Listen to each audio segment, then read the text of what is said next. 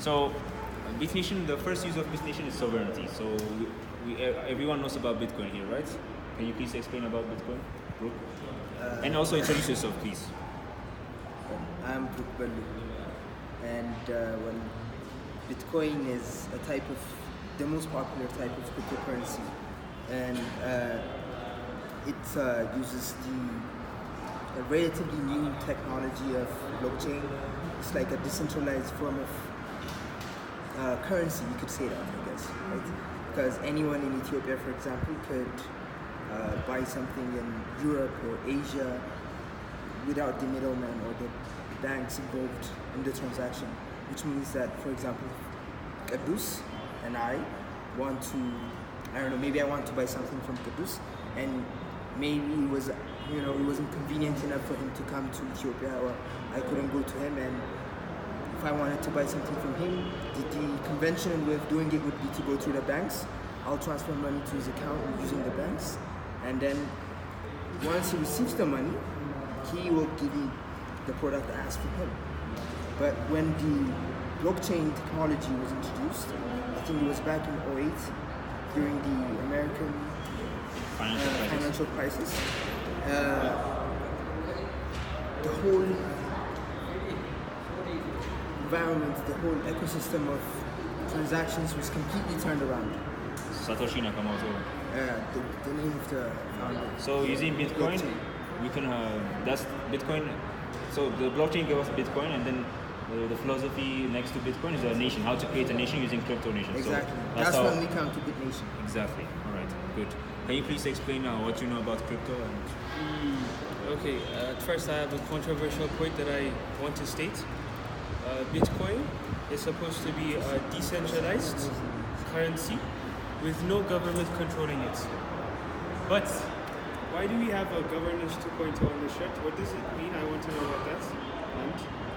And my concept about Bitcoin is a free, decentralized currency that helps you buy, as he said it all, that helps you buy anything from around the world without having to pay for the transaction. And I think you kind of do, but it's more easier that way. With Bitcoins, it's easier, and that's all. Let me answer his question. So his question is if Bitcoin is decentralized, and what's the use of Bitnation? So Bitnation is basically an internet of sovereignty. So we use cryptocurrency, and we try to have our own decentralized small nations called colons. So that's what colons. So a colon is basically a group of people who use crypto and who trade with each other. It's like a small nation, basically.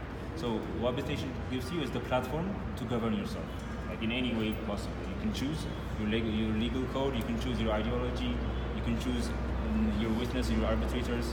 So basically it gives you the freedom of choice and the platform you need to have those decentralized societies. What's the governance? Governance 1.0, I don't know if you saw the white paper. Governance 1.0 is a geographical apartheid. Like if you were born in Ethiopia, you stay in Ethiopia. If you're born in the USA, you stay in the USA. And then you're specifically told not to leave your country. But in Governance 2.0, you can create a nation using your app. So anyone in the USA, anyone in Ethiopia can be in the same nation with the same benefits, same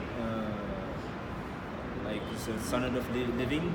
Like if you paid equally, you have the same standard of living anywhere else. Same legal rights. Can we say this is part of the singularity? In a higher philosophy, you can higher philosophy. It's like everyone regarding borders. Exactly. So basically, we're creating a borderless society. All right. So let's move on to the. Okay. So there's Cody Wilson said.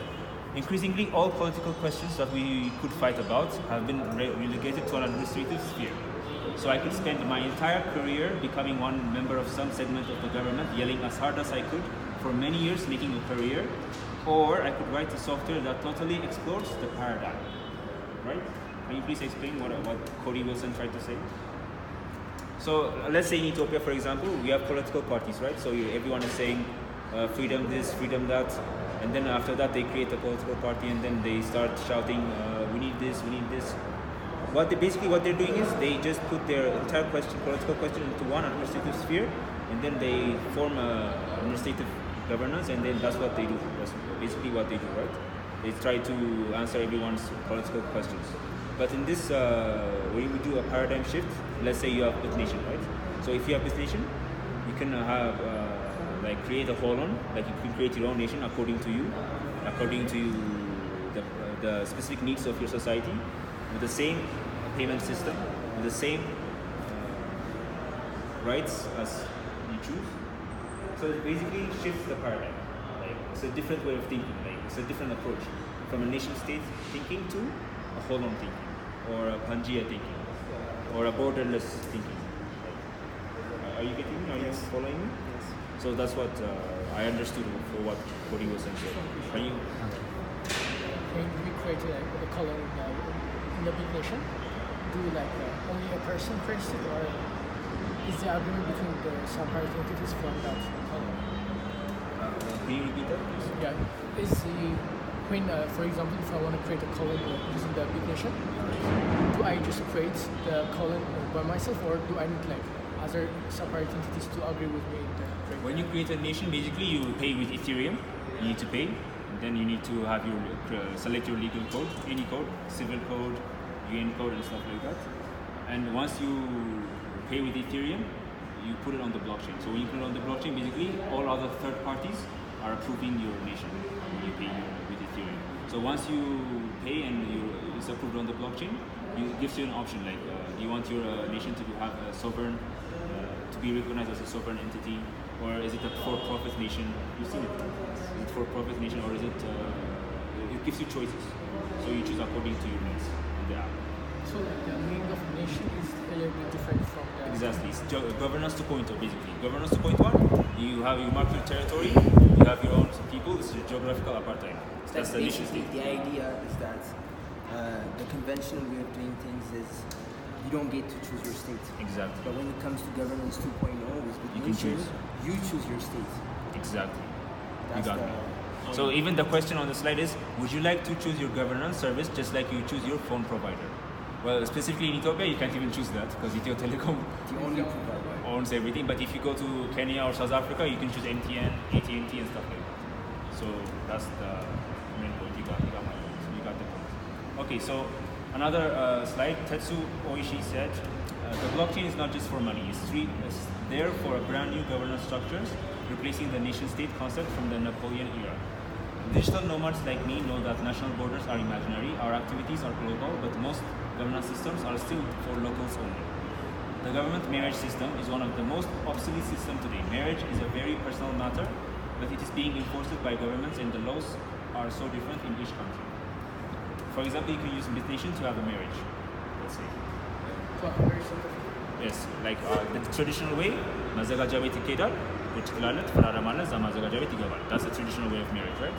But in Bitnation, you can have a legal contract, a marriage contract using Bitnation. That's approved by people on the blockchain. The contract lives in the blockchain. Exactly, and it's binding and it's legal. So if I want to divorce, how can I do it? You can have another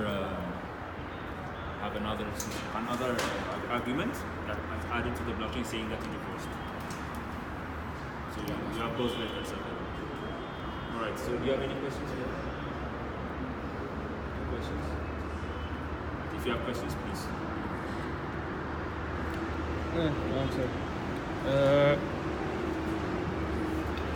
When do you think this will be fully implemented? So, okay, basically we have a roadmap. You can see it on the white paper. Right now we have released the alpha app, as everyone has downloaded it here. All of you have your own wallets, and the XPass will be sent to you. By 2019, at the end of 2019, the Exocortex, after the Lucy artificial intelligence is done, it will be released to the beta market. By that time, Dave, Dawit, our media partner, will help us in marketing this app on the radio and other means of. Yeah. Okay. All right. So global geographical governance oligopoly equals the nation state, which leads to war, injustice, corruption, and taxes. Current governance providers don't need to compete in their territory. No competition equals no incentive for better service. If you have no competition, why would you want to there is only like one provider in a given country. Same case is in Dhaka. Exactly. So, but if the government had a competition if it was a free market, they would be forced to have a better system for us. So that's the idea. So we could choose like the type of marriage we can have. Yeah, any legal system. You can choose a witness, you can choose an arbitrator, like any other contract. Alright, so another Bitnation enthusiast said, Pedro Rivera said, I want to create tools that people can use to manage themselves as a society. The conventional law-based system is very weak for the society we live in nowadays. People with enough money or intelligence can manipulate and use it against society, as we have seen many times. As you can see in our current legal system, if you have enough money and if you're intelligent enough, people can manipulate it. Can anyone please give example about corruption and people trying to abuse the system? We can bend the law, like we can even like commit a murder and could get away with it. In our current If you're intelligent enough? If you got the money and you know like who to pay, like you can achieve anything in the current system. I have a question. With using this currency system, we will be able to solve some issues. With the technology comes bad things. So people can get away with murders, assassinations and whatnot. How is this going to be controlled? I don't know about the assassination part, but what I know is you have a reputation system. Like if you have a legal contract with someone and you break that contract without fulfilling the basic necessary things required on that contract, your reputation decreases. So Lucy gives you a bad rep. And if you have a bad reputation, no one will want you in the market. Like no one will want to hire you. No one will want to sign a contract with you. So it's in your best interest to act civilized and actually complete your contracts. Yeah, but can't you perform illegal payments or something? I've heard they do that nowadays. Well, on Bitnation, once it's complete, you can't. But there are other people who use cryptocurrency for bad things. Like on the dark web. Yeah, dark web and stuff like that. But when it comes to Bitnation, it's more of a legalized and a civilized system, and it's not used for bad activities. Yeah, I got another question. Say your name. Oh, my name is Nicholas. Say like you and I have a legal binding or a contract sitting in the city government or something like. There is like a physical body that makes both of us abide by the contracts we put in the. But in the case of like smart contracts and the crypto contracts, what is the entity that enforces the contracts behind the blockchain? The entity is Lucy, the AI, Lucy. So like we put all the trust in the people, like in the parties that they are playing. We put that trust in them to fulfill the contracts. Like for example, you do something very bad on Bitnation and then you stop using Bitnation. Yeah, That's what you're saying. That's your loss. You stop using Bitnation, you stop using their services. But as a bad person, you're talking about a physical entity, right? Yeah. On the nation itself, it gives you an option. It says, do you have a physical territory, land? Do you have physical entities? It gives you an option for it. So like I can have law enforcement body like Exactly. Yes, you can. You can do that in the future. But once it reaches critical mass, once the Bitnation reaches critical mass, there will be meetings at the UN. I think there's one at the European Parliament, and you try to be recognized as a sovereign entity, the Bitnation. So once you have got that accepted, you have physical entities on the ground. Who's programming Lucy? Who's programming Lucy? Lucy is being programmed by very smart people. There's a GitHub repository, and if you're good in coding, you can also add to that. I can contact you. I can give you contact of the IT people. So, okay, bad passports make it difficult or impossible to migrate. 2 billion adults in the world are currently unbanked. If the grey economy was a nation, it would be the second largest economy in the world. Okay. 2 billion people, adults in the world are currently unbanked. And if the grey economy was a nation, it would be the second largest economy in the world, next to America. So imagine, if we can, the grey economy models, black markets, unregistered taxes, all those not part of the legal system.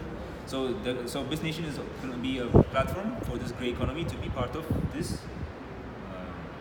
We can access the grey economy market. Why would we want to access the grey economy? Because It's the black market, right? Maybe not. There's a reason it's not part of the mainstream market. not necessarily. The grey economy also has people living in the developing nations with no access to finances. That's also part of the grey economy.